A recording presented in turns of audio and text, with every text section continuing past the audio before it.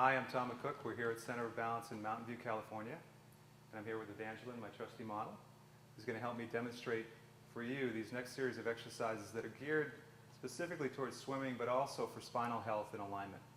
So I'm going to have her come onto the chair, creasing at her hips with her feet still on the ground. And she'll push the paddle down. And just to get that sense of equal weight bearing, the feet are in line with the hip joints, so they're a little narrower than the width of the pelvis. Her head's in line with the spine. The first thing I just wanted her to do is a little protraction and retraction of the shoulder blades. So with the spring tension, she's going to let the shoulder blades come together and then slide apart, with a focus on more of reaching from the underside of the shoulders opposed to letting the shoulders go north towards the ears. So she just gets a nice clear slide of the shoulder blades together and then using the serratus and lower traps apart. One more time. Now she's going to keep them apart. And the next focus is just primarily hip extension and the arms coming close to the body. So what she's going to do here on the exhale, she's going to reach into the paddle and extend the hips from below the glutes and come up into a plank without any spinal extension. And inhale to lengthen back down. So in this focus, her focus is more on the internal obliques to keep that connection of the rib cage to the pelvis and hinge at the hips using the glutes and the hamstrings, along with the scapula depressors. And again, exhale up.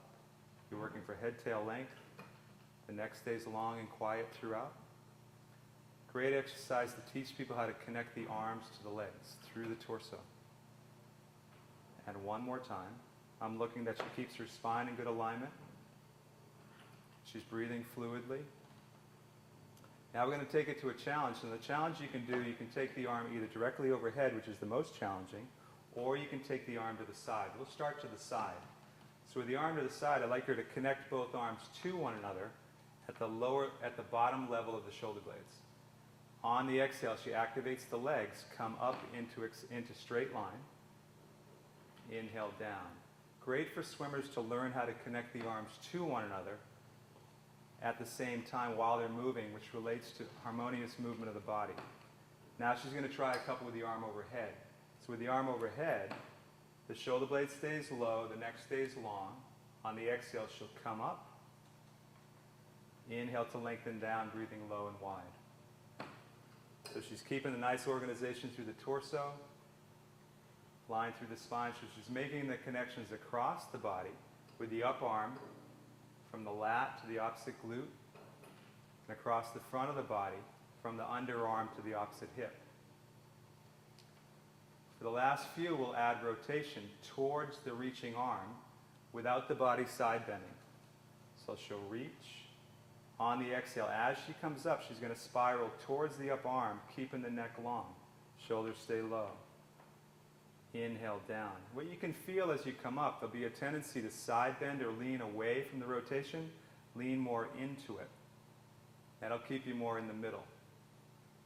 And two more times. She'll come up. You can help her with that rotation. The shoulder stays low on the weight-bearing arm.